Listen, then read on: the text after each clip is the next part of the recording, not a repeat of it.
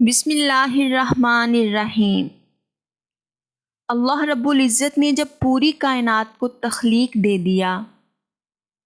یعنی زمین و آسمان، جنت، دوزخ، ہر چیز کو پیدا فرما دیا، تو پھر اللہ تعالیٰ نے روئے زمین پر قوم جنات کو پیدا فرمایا۔ جیسا کہ ارشاد باری تعالیٰ ہے، ہم نے جنات کو آگ کی لو سے پیدا فرمایا اور پھر ساری روئے زمین جنات سے بھر گئی۔ اللہ رب العزت نے ان میں ایک پیغمبر بھیجا جس کا نام یوسف تھا۔ وہ لوگوں کو شریعت کی باتیں بتاتا اور ہدایت کی راہ دکھاتا، لیکن جنات نے اسے نبی نہ مانا اور قتل کر ڈالا۔ پھر ظلم و فساد اس قدر برپا ہو گیا کہ پوری روئے زمین قتل و غارت سے بھر گئی۔ تب اللہ رب العزت نے حضرت عزرائیل علیہ السلام کو فرشتوں کے ساتھ زمین پر بھیجا تاکہ وہ پوری روئے زمین کو جنات سے پاک کر دیں۔ اس کے بعد اللہ رب العزت نے حضرت آدم علیہ السلام کو پیدا فرمانے کا ارادہ کیا، جیسا کہ قرآن پاک میں اللہ رب العزت ارشاد فرماتا ہے، اور یاد کرو جب تیرے رب نے فرشتوں سے فرمایا کہ میں زمین پر ایک خلیفہ بنانے والا ہوں، تو فرشتوں نے کہا، اے اللہ، کیا تو زمین پر اس کو بنائے گا جو زمین پر فساد برپا کرے گا، خون ریزی کرے گا؟ اور ہم تو تیری حمد کرتے ہیں، تیری تسبیح پڑھتے ہیں، تیری پاکی بیان کرتے ہیں۔ تو اللہ تعالیٰ نے فرمایا کہ جو کچھ میں جانتا ہوں ان باتوں کا تمہیں علم نہیں ہے۔ اس کے بعد اللہ رب العزت نے حضرت عزرائیل علیہ السلام کو حکم دیا کہ تم زمین پر جاؤ اور ایک مٹھی مٹی لے آؤ۔ حکم خداوندی کے مطابق حضرت عزرائیل علیہ السلام آسمان سے اتر کر زمین پر آئے اور ایک مٹھی مٹی اٹھائی، تو مٹھی کا یہ عالم تھا کہ پوری روئے زمین کی اوپر لپٹ چھلکے کی مانند اتر کر آپ کی مٹھی میں آ گئی، جس میں 60 رنگوں کی اور مختلف کیفیتوں والی مٹیاں تھیں۔ رنگوں میں سفید و سیاہ، سرخ، زرد وغیرہ رنگوں والی مٹی تھی، اور کیفیت یہ تھی کہ کچھ نرم و سخت، شیریں و تلخ، نمکین و پھیکی وغیرہ۔ پھر اس مٹی کو مختلف پانیوں سے گوندنے کا حکم فرمایا۔ ایک مدت کے بعد یہ چپکنے والی مٹی بن گئی، پھر ایک مدت تک یہ گوندی گئی تو کیچڑ کی طرح بدبودار گارا بن گئی، پھر یہ خشک ہو کر کھنکھناتی اور بجتی ہوئی مٹی بن گئی۔ پھر اس مٹی سے حضرت آدم علیہ السلام کا مجسمہ بنایا گیا، اور اس مجسمے کو جنت کے دروازے پر رکھ دیا گیا، جس کو دیکھ کر فرشتوں کی جماعت تعجب کرتی تھی، کیونکہ فرشتوں نے ایسی شکل و صورت کی کوئی مخلوق کبھی دیکھی ہی نہیں تھی۔ پھر اللہ رب العزت نے حضرت آدم علیہ السلام کے مجسمے میں روح کو داخل کرنے کا حکم فرمایا، لیکن کیا تھا کہ روح لطیف تھی اور خاک کثیف تھا، اس نے داخل ہونے سے انکار کر دیا۔ اللہ رب العزت کا ارشاد ہے، ادخل ایھا الروح فی ھذا الجسد، یعنی اے روح اس بدن میں داخل ہو۔ جب روح حضرت آدم علیہ السلام کے جسم اقدس میں یا مجسمہ اقدس میں داخل ہوئی، جب ناک کے نتنوں میں پہنچی تو حضرت آدم علیہ السلام کو چھینک آئی۔ روح زبان تک پہنچی تو آپ نے الحمدللہ پڑھا۔ اللہ تعالیٰ نے فرمایا، ینحمک اللہ، یعنی اے اللہ تعالیٰ تم پر رحم فرمائے۔ بے شک اے ابو محمد یا ابو البشر، میں نے تمہیں اپنی حمد کے لیے ہی پیدا فرمایا۔ جب روح سینے تک پہنچی تو حضرت آدم علیہ السلام نے اٹھنے کی کوشش کی اور وہ گر پڑے۔ اسی لیے تو اللہ رب العزت نے قرآن پاک میں ارشاد فرمایا، کان الانسان عجولا، بے شک انسان بہت جلد باز ہے۔ ترمذی اور ابو داؤد میں یہ حدیث ہے کہ حضرت آدم علیہ السلام کا مجسمہ جس مٹی سے بنایا گیا وہ مختلف رنگوں اور مختلف کیفیتوں کی مٹی تھی، اس لیے آپ کی اولاد یعنی انسانوں میں مختلف رنگوں اور قسم قسم کے مزاجوں والے لوگ ہیں۔ پھر اللہ رب العزت کے حکم کے مطابق ایک فرشتہ جنت سے جنت کا جوڑا لایا، جو کہ حضرت آدم علیہ السلام کو پہنایا گیا، اور ان کو عزت و عظمت کے تخت پر بٹھایا گیا۔ جب اللہ رب العزت نے حضرت آدم علیہ السلام کو اپنی خلافت سے سرفراز فرمانے کا ارادہ فرمایا تو اس سلسلے میں اللہ تعالیٰ نے اور فرشتوں نے جو آپس میں مکالمہ فرمایا وہ بہت ہی تعجب خیز ہونے کے ساتھ ساتھ فکر انگیز عبرت آموز بھی ہے۔ جب فرشتوں نے عرض کی کہ مولا تو ایسا انسان یا ایسا شخص اپنی خلافت و نیابت کے شرف سے سرفراز فرمائے گا جو زمین پر فساد برپا کرے گا، قتل و غارت کرے گا، خون ریزیاں کرے گا، اس پر اللہ تعالیٰ نے فرمایا کہ خلیفہ بنانے میں جو حکمتیں اور مصلحتیں ہیں ان کو میں جانتا ہوں، تم نہیں جانتے۔ فرشتے اگرچہ ارشاد باری تعالیٰ کا یہ بیان سن کر خاموش ہو گئے، لیکن انہوں نے اپنے دل میں یہ خیال چھپائے رکھا کہ اللہ تعالیٰ خواہ کسی کو بھی خلیفہ بنا دے مگر فضل و کمال میں ہم فرشتوں سے بڑھ کر نہ ہوگا،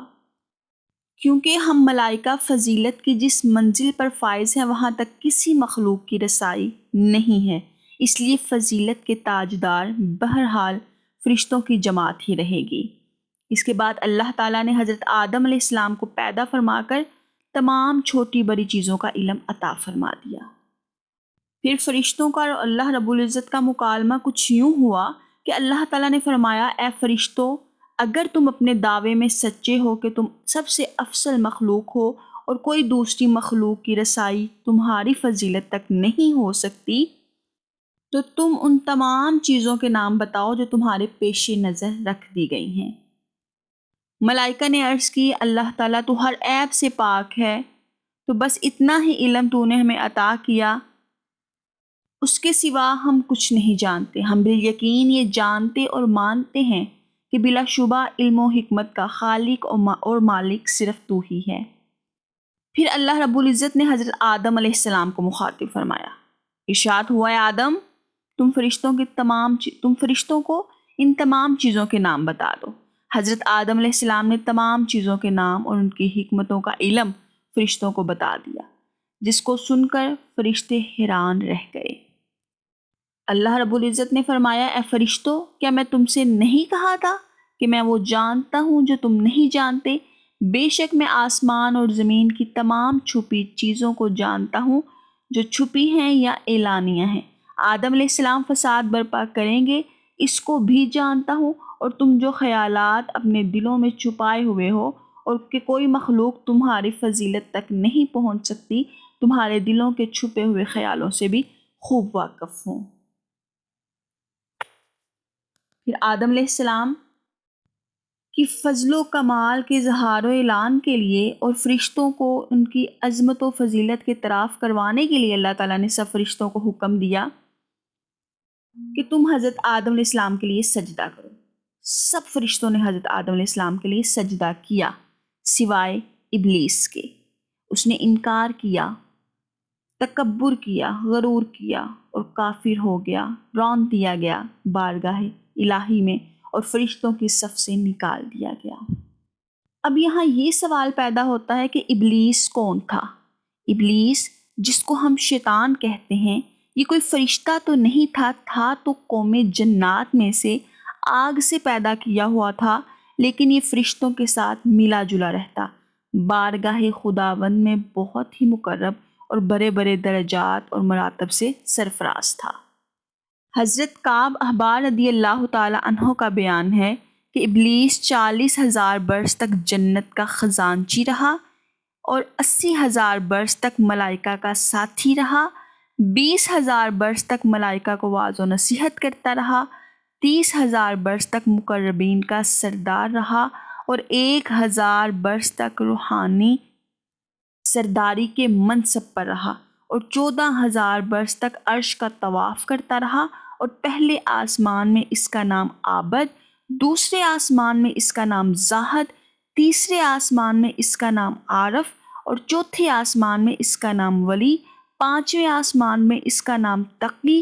چھٹے آسمان پہ اس کا نام خازن، ساتویں آسمان میں اس کا نام عزازیل تھا اور لوح محفوظ میں اس کا نام ابلیس لکھا ہوا تھا، لیکن اپنے انجام سے غافل اور خاتمے سے بے خبر تھا۔ اس نے اپنے اسی مرتبے اور کمالیت کا غرور کیا، تکبر کیا اور آدم علیہ السلام کو سجدہ کرنے سے انکار کر دیا، جس کی وجہ سے کافر ہو گیا، فرشتوں کی صف سے نکال دیا گیا اور اللہ کی بارگاہ میں رون دیا گیا۔ اس کے بعد اللہ رب العزت نے آدم علیہ السلام کو جنت میں داخل فرما دیا۔ اللہ رب العزت نے حضرت آدم علیہ السلام کو جنت میں رہنے کا حکم دیا، تو آپ جنت میں تنہائی کی وجہ سے کچھ ملول ہوئے، تو اللہ تعالیٰ نے آپ پر نیند کا غلبہ فرما دیا، آپ گہری نیند سو گئے۔ تو نیند ہی کی حالت میں اللہ رب العزت نے آپ کی بائیں پسلی سے اماں حوا کو پیدا کیا، یعنی چھوٹی پسلی کو اللہ تعالیٰ نے آپ کے بدن سے جدا کر دیا اور اسی ہڈی کی جگہ گوشت پیدا فرما دیا، پھر اسی پسلی کی ہڈی سے حضرت اماں حوا علیہ السلام کو پیدا فرما دیا۔ اس لیے ہر مرد،